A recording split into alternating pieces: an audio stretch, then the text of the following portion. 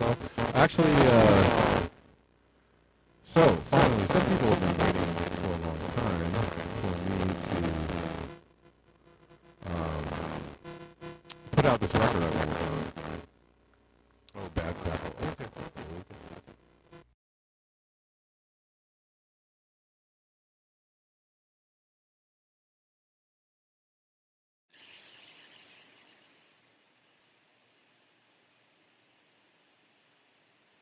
Ha, check. Is that better? Hopefully that's better.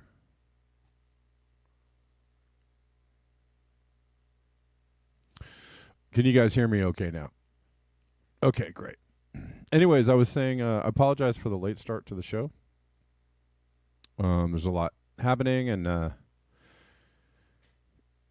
just trying to juggle many things. And some people have been waiting for me to put out a new record that I've been working on because I've been teasing it along for quite a while, and it's just taking a long time to get together. I'm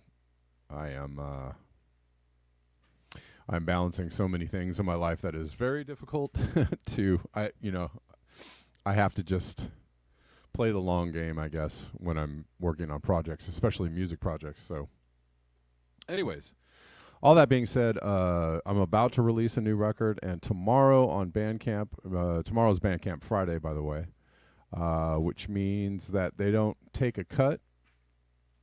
So when you purchase something from the artist, it goes straight to the artist. So tomorrow is pre-order day for my record. The record is called Swerve, and the song that actually starts the show. Oh, is Rockfin not going yet? Oh man. As I'm doing all this talking. Thanks for letting me know. All right, Rockfin should be live. So I don't continue repeating myself. What I was saying, Rockfinners, is that I'm releasing a new record tomorrow. New record is called Swerve. The song that you hear at the beginning of the show is a song on the record. It's called Elevator. It is the first single on the record. And so you'll be able to hear the whole song tomorrow, I believe. And another song that I'm going to make available to listen to. And yes. So you can pre-order the record tomorrow, and then it will be fully released 2 weeks from tomorrow. So if you do order the record tomorrow, you will have the whole record in your hands on August 18th, I believe it is. So there you go. That's the news. And tomorrow I will give everybody links, and everybody will have a link to go check out a few of the songs and to pre-order the record. So that is happening. That's something that has been taking up a good portion of my time over the last few days, and also today and also tomorrow will be taking up a lot of my time, is kind of managing all that stuff. So anyways, we're here. And also I will have, on top of all that, I'm going to have T-shirts for the record also available. I've already made some of the shirts, and so I'll be posting those tomorrow. Y'all, if you want to support by buying a T-shirt in support of the record, you can also do that as well. All right. Let's get into it.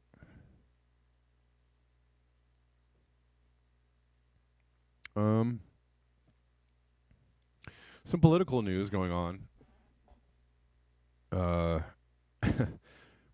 haven't really talked about this. I know this is, fairly new news. Why am I losing all of my... Here we go. And on some levels, it's almost silly, this whole thing with Trump being indicted, I guess, for election interference. It is extremely politically motivated, it seems like. And I guess one way to tell or to put a little perspective on your views on this, whether you like Trump or hate Trump. A lot of people hate Trump. A lot of people are kind of ambivalent, like me. I'm kind of like, I don't really like the guy. I don't necessarily hate him. I think he's either a political pawn and or a player in the game we call, or the kabuki theater we call politics. So yeah. But what's funny is that the Democrats basically spent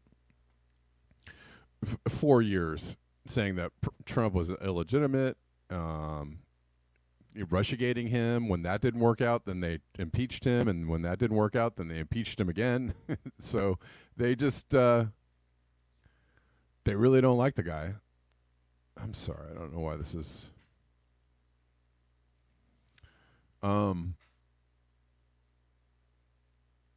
They really don't like the guy, and now that he lost, I think what they wanted to do was make sure that he didn't, win the presidency again, and they were successful in doing that.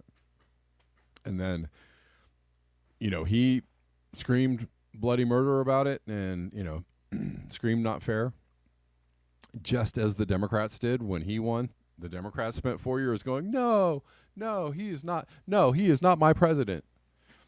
Okay. Anyways, he lost. The whole thing with January 6th happened, and that's a whole long road to go down. I'm not even going to try to dissect all of that right now. But again, he's running for president again, and again, they don't want him anywhere near the presidency, and so they're going to indict him again. I don't know how many indictments they brought up against him, how many times they can try to impeach him. I don't even know, but it's wild. And meanwhile, there's a whole thing going on around the Biden family and their rampant corruption. And again, people seem to not care about that. They seem to be okay with that. That's fine. I think Biden is better than Trump still. Okie dokie. I really don't know who's better. I think they're both bad. But I think that Biden is a career politician who's been around for a long time, has had his hands on the levers of power for a long time, has had his hands in the pie of corruption for a long time. He is not your friend. He is not a good guy. He's here to steal all the money he can from your pockets, and he doesn't care. He doesn't care, what happens to this country. I don't know that I believe that Trump does either, but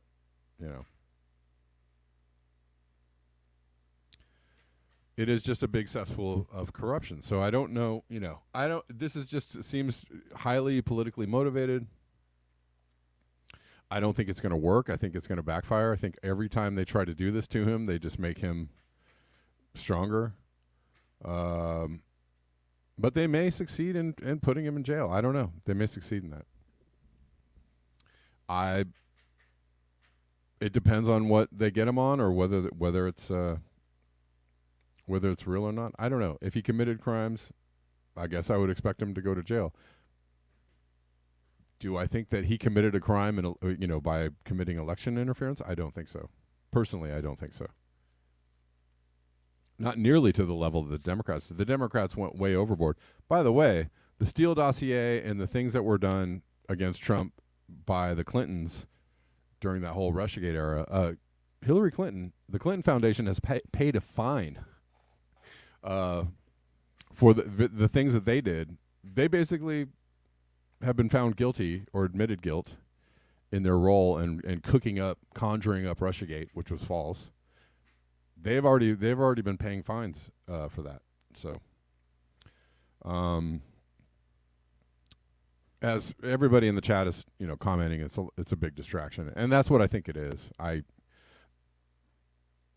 just wanna cover it as a news story. I know that it is going on. I see that it is going on. I think it's a bunch of baloney.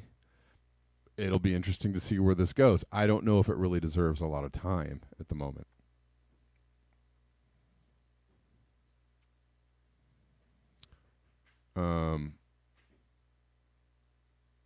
Well, I don't know. I don't know, Rich. I have to. If you want to, if you want to put up Trump's administration versus Biden's, couple of years, uh, besides the pandemic thing that happened at the end of Trump's thing, I see Biden's administration as being way, way worse. Like, look at all the things that are happening under his administration. It's pretty bleak. The economy has crashed. The economy is completely bottomed out, and it's going lower. It's getting worse. We're in a war that nobody wants to end, and it's just a big, big money laundering thing going on. Biden is clearly not helping the environment. The one thing that supposedly he was supposed to be good on, no. There's still an immigration problem at the border. There's still, human rights violations going on at the border. I don't see it being any different. I see Biden right now as, if you want to just put him in the pros and cons column. You had a lot of headlines under Trump, but I don't see where Trump was, did super bad. There were some things that went on under him that I didn't think were great, but there were also some things that were positive, right? He tried to get a peace deal going with North and South Korea. He tried to meet with Putin and foster some kind of peace agreement between Putin and the U.S. He didn't get us into any new wars.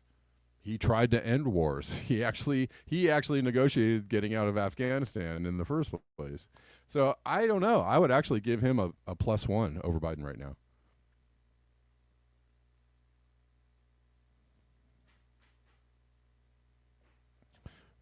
I'm not saying he's all good. I'm not saying I'm loving up on Trump. I'm not saying Trump is a great guy and he's, and the economy was, if you care about those kinds of things, the economy was way better under Trump. That doesn't necessarily do anything for me because, I'm not one to be like, yes, economic growth and means everything is okay and we're on the right track. That's not my belief system. But if you want to bring it down to the, bottom line, brass tacks, whose economy was doing better, it was obviously Trump's. And you can't, those are just numbers, right? And facts. You can't really necessarily argue that. Were there foundational problems in the economy? Of course. Rich says, I was talking from an environmental point of view. I mean, maybe. I think, if you want to talk about just one person posturing as, I don't give a rat's butt about the climate, and the other person posturing as like, I really care about climate change, then I guess Trump is better.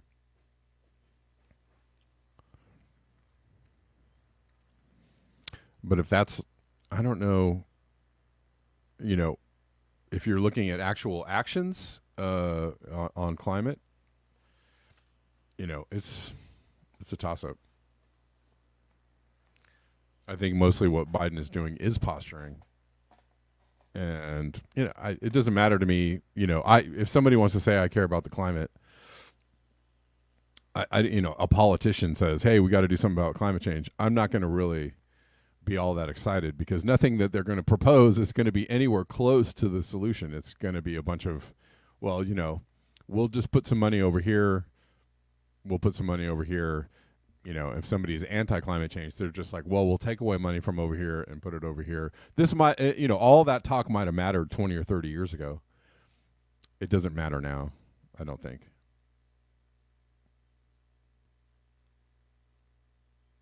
I don't know if it matters now. And, we are, the U.S. is drilling more oil than ever.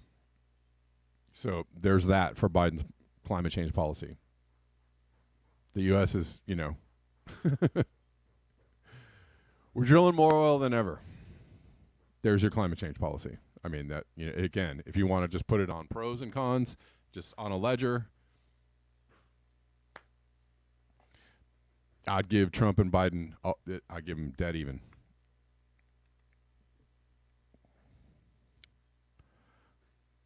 Anyways, this is a crazy clip, and when I saw this, I was like, is this even real?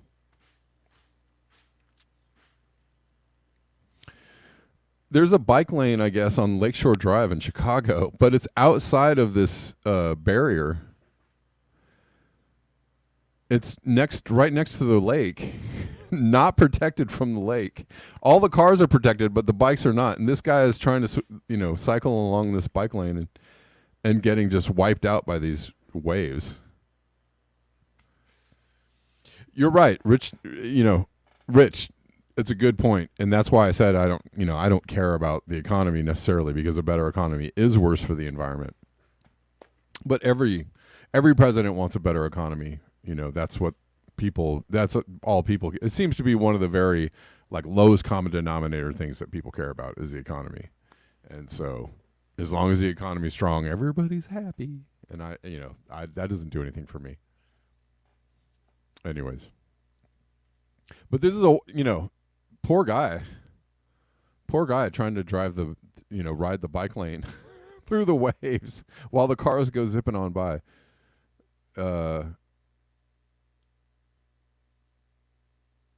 Jeez. And who thought that one up? Did y'all hear that a very large trucking company, again, so this is, bad for the economy. Personally, on my own personal climate change level or understanding of climate change, I'm like, hooray. This huge trucking company went out of business. Or wait, did they all go all the way to, let me see if I can.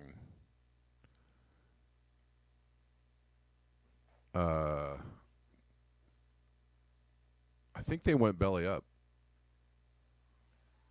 But I might be wrong. Maybe they just laid off a bunch of workers. They laid off yes, they shut down. They ceased operation, affecting 30,000 jobs. You know that trucking is the biggest employer in the country. Trucking is the number one job in the country. In almost every state, in the majority of states in the United States, trucking is the number one employer in almost every state. To me, I'm going to say, hooray, F these trucks, get them out of here. I don't, F these diesel burning trucks. To me, I don't care. I want to see less freight trucks on the road and less, shipping and movement of goods and all that kind of stuff. But on a short-term economic level, right, a lot of people are going to be hurt by this. And where are these truckers going to find work, and are they going to find work that pays as much as the trucks do, trucking did? On and on and on, right? Economically, this is bad. Again, this is another sign that the economy, especially, the Biden administration economy, the economy is getting wiped out.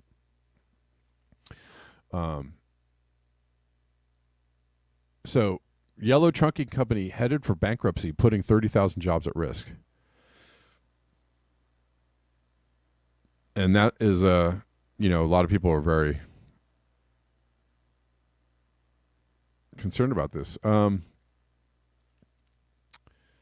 Anyways, after a standoff with the union, Yellow Trucking Company laid off hundreds of non-union employees on Friday before ceasing operations on Sunday.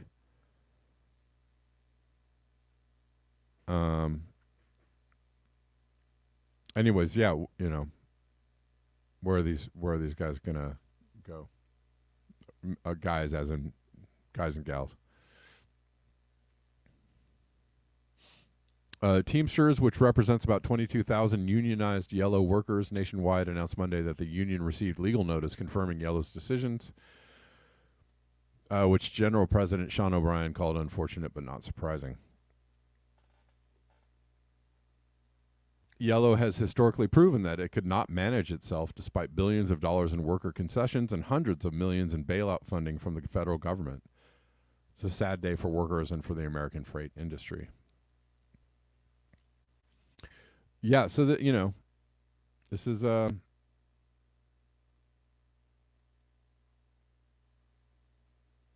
things are not going well for the workers of this country.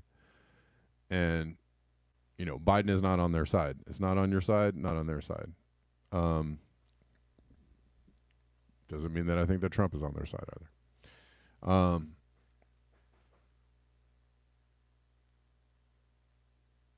So anyways, this is a good take from Perpetual Shadow Band. How can this be? The president and his propaganda peddling dummies refuse to stop going on and on about how Bidenomics is the greatest thing to ever happen to this economy. Yeah, they just keep on going out there and shouting down everybody. No, it's better than ever. It's the best thing. Oh, did you hear that? The credit rating of the U.S. has been downgraded. So another sign that the economy is on the fritz. Where is it? Is it Fitch? What's the entity that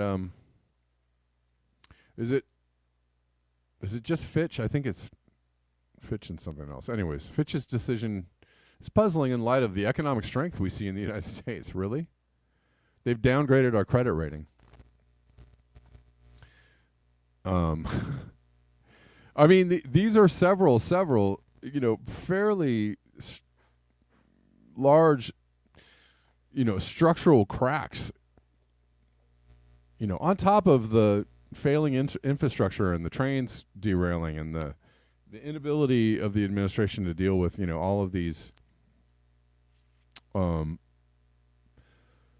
environmental mishaps.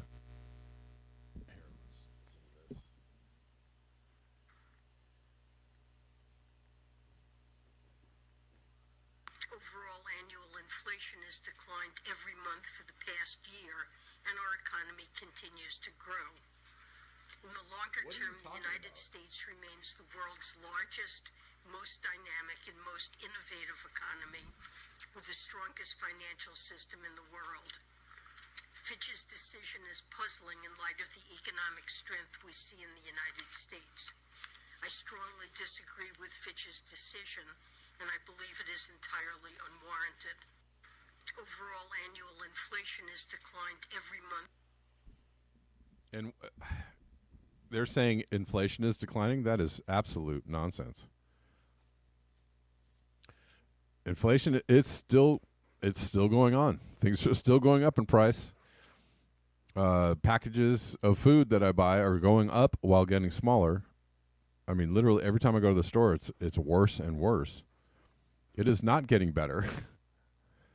Yeah, Billy Joe Smo went grocery shopping the other day. Pretty much a 20% increase in all food in the past 2 weeks. Yes. What is this? They're just coming out and just bald-faced lying.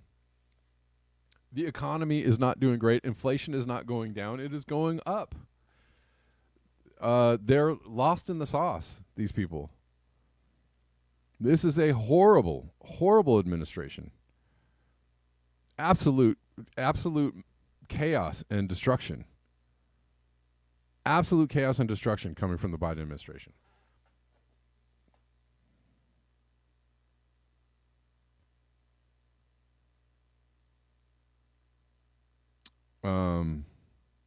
It's unbelievable.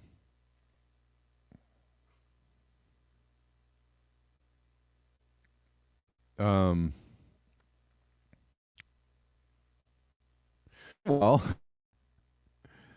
we'll cover this. We'll get to some climate change. We're going to get to some climate change in a second, but I might as well play this. This is Tucker Carlson interviewing Devon Archer, who is a former business associate of Hunter Biden.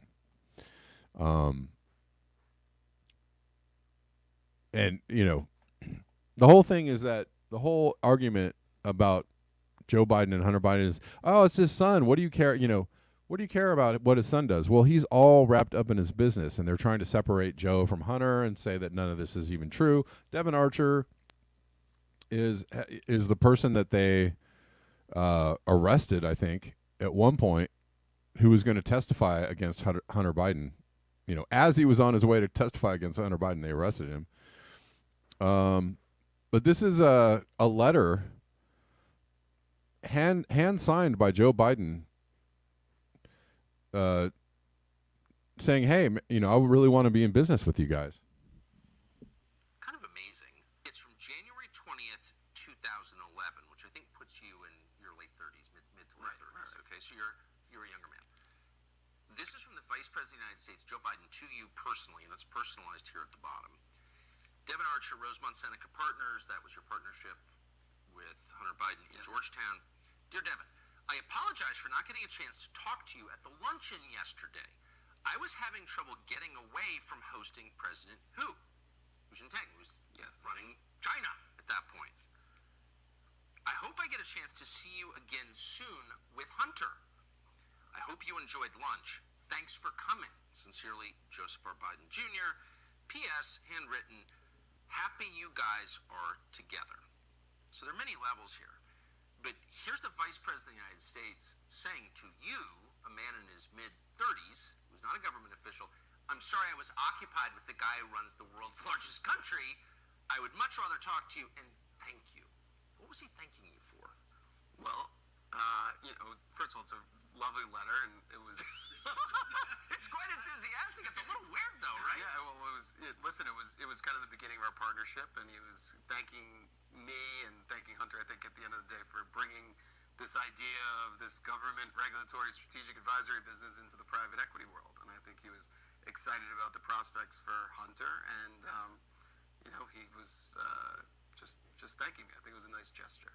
It was a nice gesture. For sure. Very polite. It gets a 10 on the etiquette scale, but he's a vice president of the United States, right, and he's talking about foreign business deals with you and thanking you for that. I think, again, it goes back to my earlier point I think I hit, at the time, I think I hit the jackpot in finding the regulatory environment or a company that can navigate right to the top, but, obviously as time was told, being a little bit too close to the sun ends up burning you. For sure, and it did you, and you suffered greatly for it. And this is not a criticism of you. I would think as a business guy, you use every advantage. These are not business guys. This is the Vice President of the United States. He's not allowed to be working on businesses with foreign governments while he's Vice President. I don't think. Not that I know of. But here he is. Right. Amazing.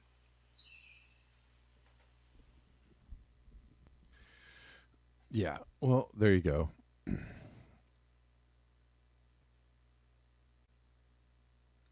So that kind of stuff is going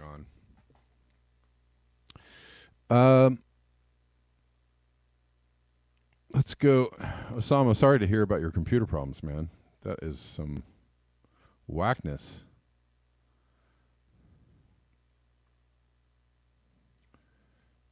All right. So that stuff is going on. Let's keep this moving. It is already late in the day. I probably will do. I started like about 10 minutes late, so I'll try and go over.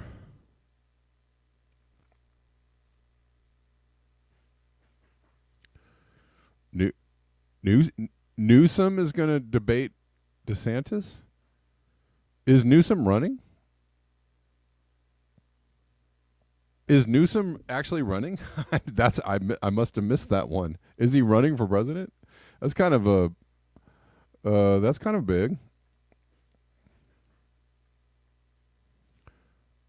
How did I miss that one? If I did, I don't know.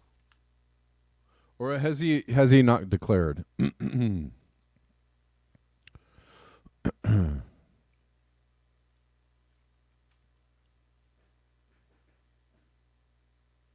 Yeah, I don't know. Who knows? I don't know if that's a good idea or not. Yeah, a lot of people have said that Denver, Newsom is the one they'll replace Biden with, in theory. Because it can't be Kamala. People would be like, what? No. Oh, no. Newsom's just the automaton to take over for Biden, right? It actually gives me shivers chills to think of Newsom as president. He strikes me as Trudeau 2.0, right? Doesn't he? Gavin Newsom is just like Justin Trudeau of the Southland. Oh, I guess I have one more political thing to cover here. I mean, we talk every single day about what's going on with the climate, and we all know that's happening. So once in a while, I'll just talk about other things that are happening. It's okay. We're gonna talk about climate too. Newsom is hated by everybody. Well, and which makes it. He also strikes me as a Beto O'Rourke kind of a dude, right? He looks very clean and, has the sheen and has the right. He's, in the name. But I don't know that he has the cachet to really get over the hump. I don't know that he has and I don't know that he has the chops. There's as much skepticism of him as there is support, and so I don't know. Did he announce today?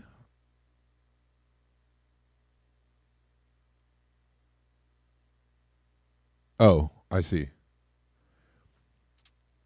Oh, it was now. I see. Gretchen Whitmer is the best person for the presidential job. Okay.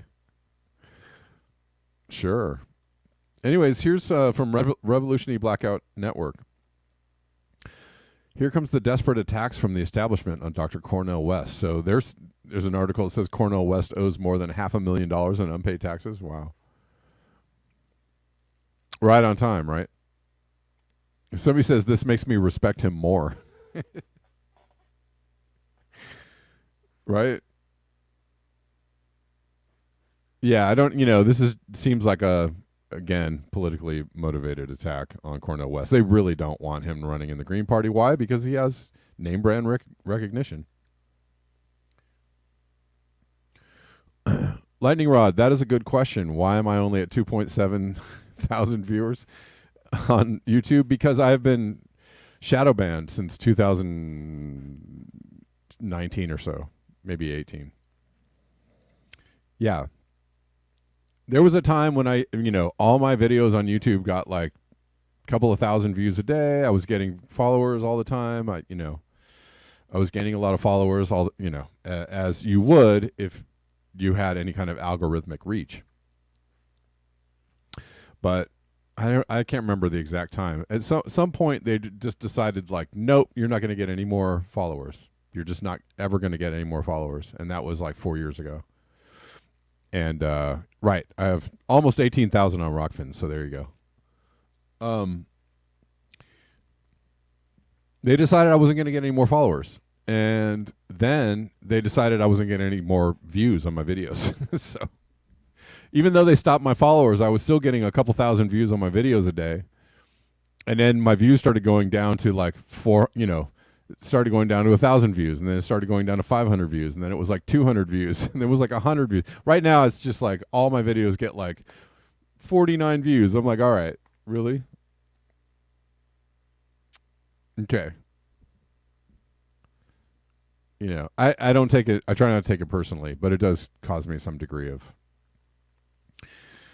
anger sometimes.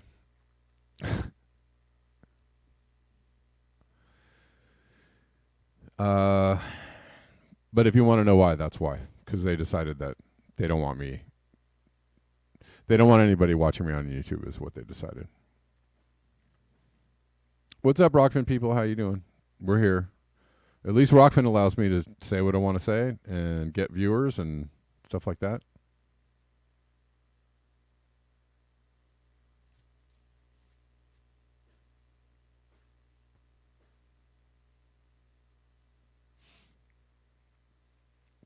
Kevin Shanholzer on Rockfin says the U.S. rating, credit rating, went from AAA to AA plus because of national debt in January 6th, they said. Okay. Interesting. Well, that's a good reason.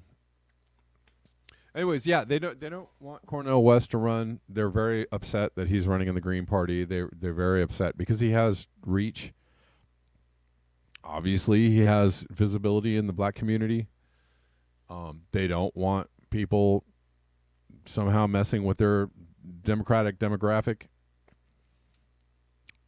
As I said a few weeks ago, there was a Black Lives Matters celebration in L.A. And by all means, it should have been huge, and they shut it all the way down. And I think they shut it down because Cornel West was going to speak. They were like, "Nope, we cannot have Cornel West out here in Los Angeles having, speaking to thousands of people, rallying the troops. We can't have that." So they shut the whole thing down because they don't care about Black Lives Matter, right? They're not afraid of Black Lives Matters, having a big celebration in the park. And I don't think they feel threatened by the group. I think they're more threatened by Cornel West.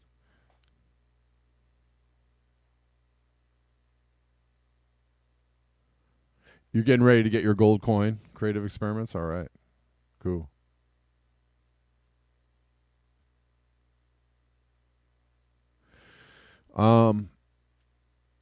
Well,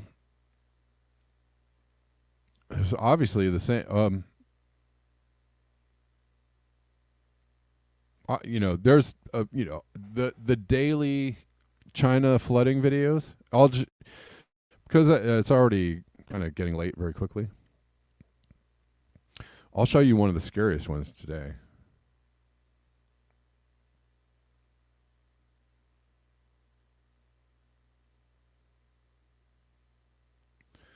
This is footage. The rains are just absolutely hammering China, Japan, India.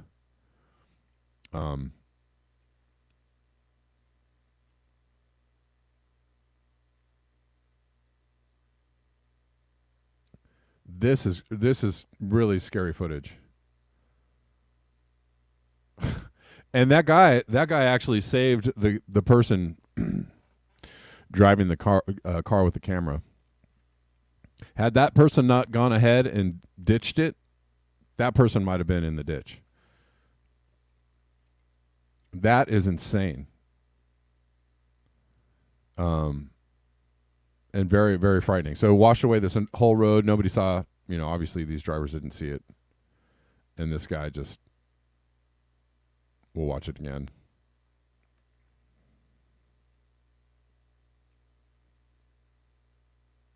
Yeah, look how close that guy got to the edge. Had he not seen that happen to the other car, it would have been him. That's nuts.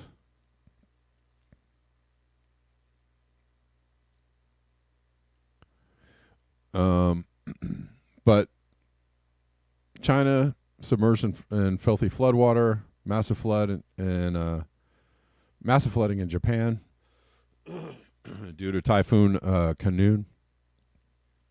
800,000 people were forced to relocate in and around Beijing.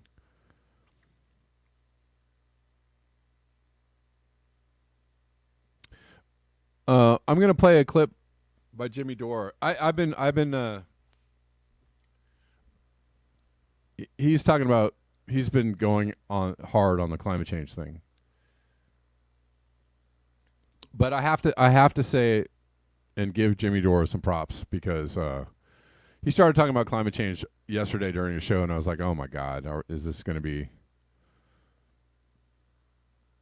some dumb again? But what he was saying was actually true. And I have to give him props. I've been very critical of him lately, but I have to give him props because he said, "Hey, they're using climate change as an excuse to do dumb, stupid things, pass dumb regulations, force people out of jobs or off farms and whatever. They're using it as a control mechanism." Yes, ding, ding, ding. That's true. And at the end of the whole thing, he said, we should be using our money and our resources to actually mitigate climate change because it's obviously happening. To which Kurt said, "Of course, it's obviously happening." And I was like, all right, thank you guys for acknowledging that. Thank you for acknowledging that. They, at the end of it, he acknowledged like it is clear, it is obvious that it is happening, and we should be doing real things to mitigate the damage from climate change, and which I cannot argue with. Of course, what those things are, is he even close to understanding what those things are? Probably not. It'd be nice if he talked to some people who were radical, earth environmentalists or I was going to say earth firsters, but not necessarily earth firsters, but radical environmentalists or people with radical ideas on how to stop damaging the environment. It would be nice if he had some people on to talk about that. Be great. Yes. When I heard him say that, I was like, okay, cool. I'm back with you, Jimmy Dore. Yes. They clearly stated it is happening. It is obvious that it's happening. We should be doing something about it. The real thing about it. Anyways. Biblical flooding in Beijing after heaviest rain in 140 years.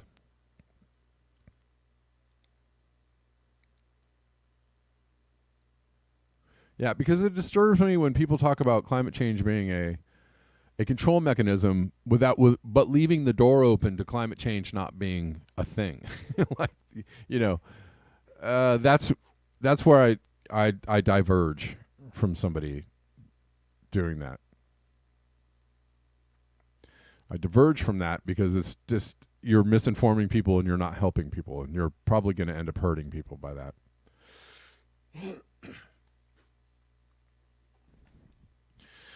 Biblical flooding in Beijing after heaviest rain in 140 years. More than 800,000 people were forced to relocate in and around Beijing after nearly 30 inches of rain triggered some of the worst flooding in the city's history. Torrents of water gushed through the streets in China as moisture from former typhoon Doksuri triggered catastrophic flooding over the weekend and into the start of August. Doksuri made landfall Friday in the Chinese province of Fujian, located roughly 1,000 miles south of Beijing, and lost wind intensity over the weekend as it pushed inland. However, the tropical moisture fueled extreme rain across the country for days. More than 80,000 people were relocated due to the flooding in Beijing.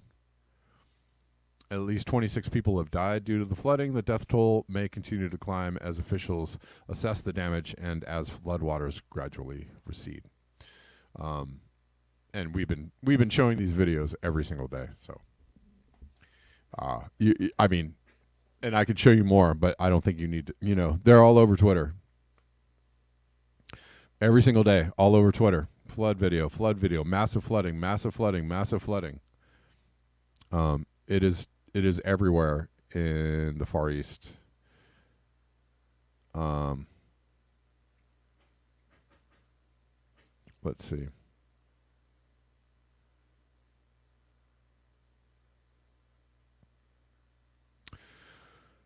So many stories, so little time. Okay, so here's the Jimmy Dore clip I wanted to play, and on some levels he has a point. On another level,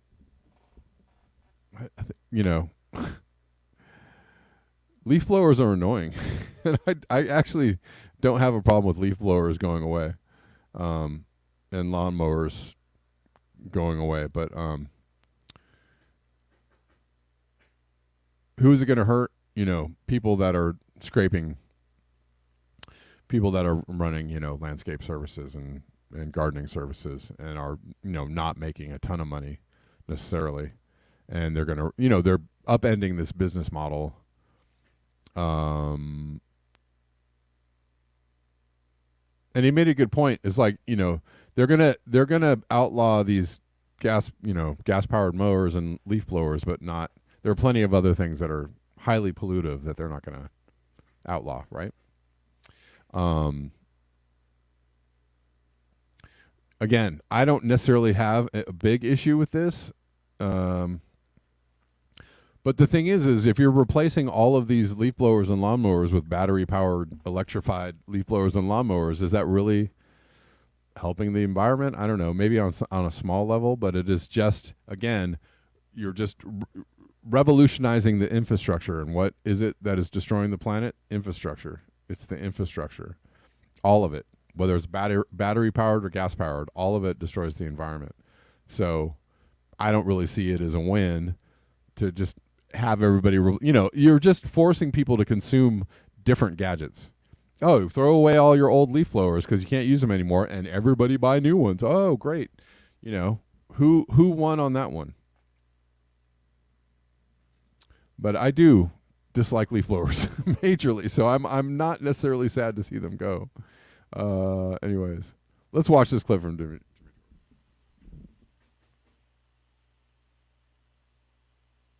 Number one emitter of carbon in the world is the U.S. military. There's no other country in the world that has this. We're the only one. Russia doesn't have this. China doesn't have this. India doesn't have this. Nobody has this. The United States is the only one that has 1,000 military bases around the world. We just built 3 more in the Philippines this year, and we just built one in Syria, which we're occupying illegally to steal their oil. We built this military base in someone else's country against their wishes. Why? Because we want to steal their oil. That's where the military base is, in the oil part of Syria. And guess what? California enacts a ban on gas-powered lawnmowers and leaf blowers. They're going to stop climate change by screwing over gardeners. Why the Pentagon is the world's biggest single greenhouse gas emitter. Wait, you're going to convert to electric missiles? They don't work as well. They don't. You got to charge them mid-flight. And that's tough. You got to get a gas-powered jet fuel, and you got to get up next to it. Just remember, nobody ever says who passed these laws. Did they talk about it? Hey, do you think we should sign a resolution in the California legislature that says we should shut down a few hundred military bases? No. Hey, I got great news though. No, but they're coming after your goddamn. He's got just such an excellent point there, right? We're destroying the planet for power and wealth. We're going to destroy the planet mining all the things it takes to make the batteries to put into the new leaf blowers and the new lawnmowers, right? We're going to destroy the planet putting all the things into the batteries for the new electric cars. We're going to destroy the world. We're going to destroy the planet mining those things because it's going to take fossil fuel emissions to mine those things. And it also, what are the fossil fuel emissions of the entire United States military? We don't know because they're exempt from accounting those emissions. So his point is a great one. Why slap down lawnmowers and leaf blowers when we're doing far worse damage with all our military escapades? And so it seems ridiculous. Same thing with kicking farmers off their land in order to curb nitrogen emissions. It seems a little one-sided, right? What about a ban on private jets? No, they would never consider that. How about banning somebody from owning more than one home? Oh, we would never consider that. How about banning, right? Et cetera, et cetera. How about banning somebody from owning more than 1 or 2 cars? Oh no, we would never consider that. But you're going to ban leaf blowers. It seems strangely targeted, right? Anyways, I guess we'll listen to the rest of this. And if Biden strokes out, who do you think they're going to replace him with except Gavin Newsom, the great governor that brought that? That's right. And I just want to remind people of this. I just played this a little while ago. I'm going to play it again. Under my administration, America is producing more oil today than at any time in the last 8 years. That's important to know. Over the last 3 years, I've directed my administration to open up millions of acres for gas and oil exploration across 23 different states. We're opening up more than 75% of our potential oil resources offshore. We've quadrupled the number of operating rigs to a record high. We've added enough new oil and gas pipeline to encircle the earth and then some. So we are drilling all over the place right now. And those are the same people who who are going to try and screw over small businesses who do landscaping in California. Well, these Yeah, well, yeah. And I think under Obama, we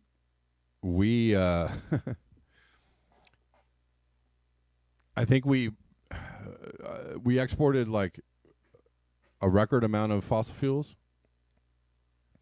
and we're doing that again under Biden. So I'm not necessarily trying to be snarky or anything, but tell me how Trump is worse on the climate than they are. He's only worse because he says, I don't care about climate change. But the thing is they don't care about climate change. They just mouth the words that they do and then do the opposite. Or they get on stage and gloat about being energy independent and, doing pumping more oil than ever. It's kind of a weird message. And do I think it's okay for somebody to, do I want a president that's like, no, climate change doesn't exist? No, I don't. I don't think that's helpful. But I also don't want a president that's like, oh, climate change is a big problem. Anyways, we're pumping more oil than ever. I don't want either one of those. All right.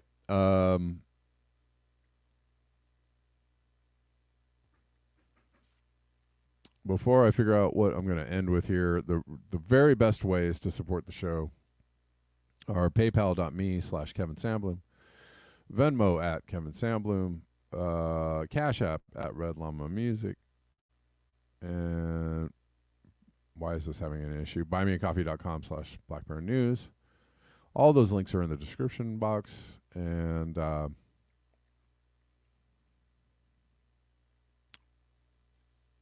we'll be signing off soon. Just wanted to see if there was one more good one in here to cover.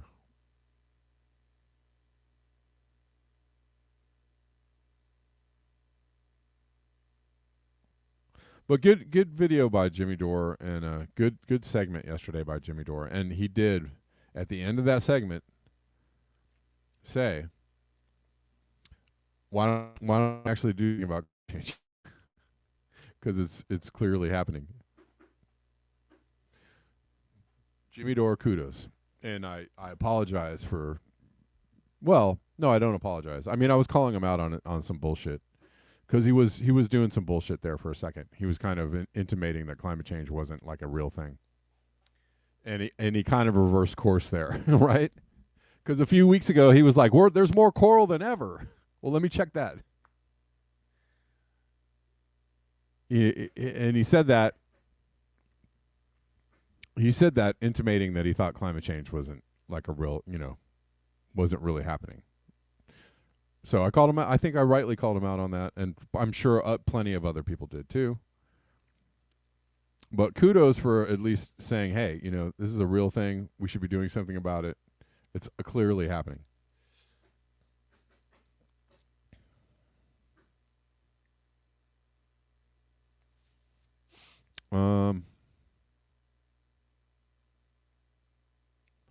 Let's see.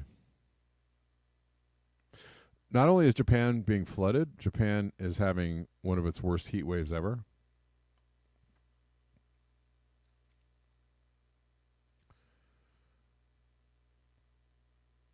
Worst heat wave in Japan since summer 2022. Is there an upper limit to this? Or could this go on if we don't quit emissions forever? Well, Steve Austin,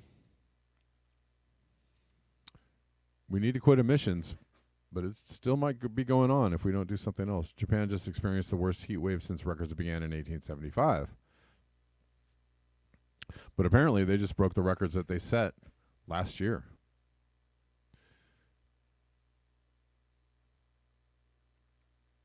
So there's that.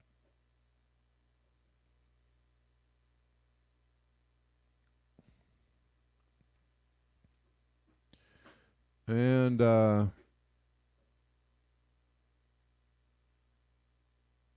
have to bring back one of these stories for tomorrow, or several of these stories for tomorrow.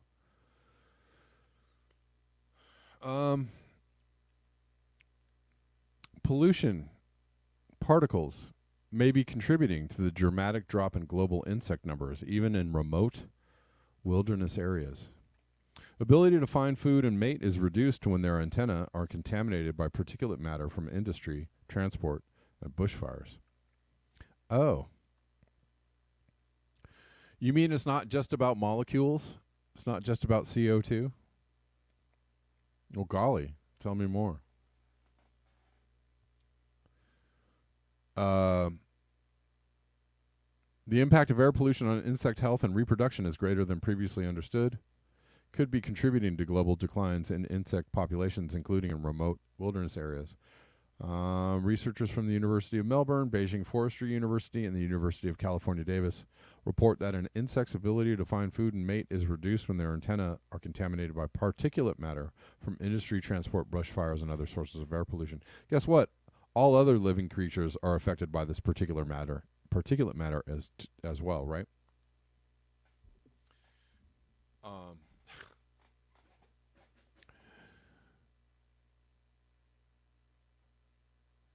While we know that particulate matter exposure can affect the health of organisms, including insects, our research shows that it also reduces insects' crucial ability to detect odors for finding food and mates. This could result in declining populations. Do you think so? Including after bushfires and in habitats far from the pollution source, as well as being fascinating creatures. Many insects play a critical role in pollinating plants. Whoa, really? You don't say. I thought they were just fascinating. Including almost all crops we rely on for food. Well, that certainly makes them a little more important than just being fascinating and breaking down decaying material and recycling nutrients. Yeah. It's mind-boggling to me when people say, CO2 is plant food and it's just all about CO2. That is like the most ridiculous discussion. You know that burning fossil fuels creates, particulates, pollutants, poisons. I bring this up all the time, and people think that I'm don't understand the difference between carbon monoxide and carbon dioxide. I do, but what I'm when I say burning these fuels all day long, every single day, 24/7, for decades upon decades upon decades, like that doesn't have an effect on the planet. Not just talking about carbon dioxide, all the other things that are in the burning of fossil fuels has an effect on the planet. It's called pollution. And if you think it's just about CO2, you should probably reconsider your ideas about it. It is not just that, and to argue that it's just, CO2 is it's just molecules, or it's not doing anything, or it's plant food, or it's just about only CO2 is warming the planet. All right, well, but that is just a very, very narrow discussion, involving environmental collapse, the entire scope of it. Again, you're not just getting the carbon dioxide when you're burning fossil fuels. It's not just about carbon dioxide. It's not just about putting carbon in the air. And even if you want to even go down the road of the conversation about like you are the carbon they want to eliminate, well, yeah, we emit carbon, but so much more. We emit plastics, microplastics, all kinds of filth, all kinds of garbage, all kinds of chemicals, all kinds of chemical pollution. It's not just carbon. Consumption, our existence, and our consumption that helps our existence continue contains a vast amount of pollution in it, at least in the way that we do it now. So, I don't know. Just widen the scope a little bit, I think, is all I'm trying to say. Rich Diana says, my wilderness area is down 80% of all insects in 10 years. Yeah, I believe it.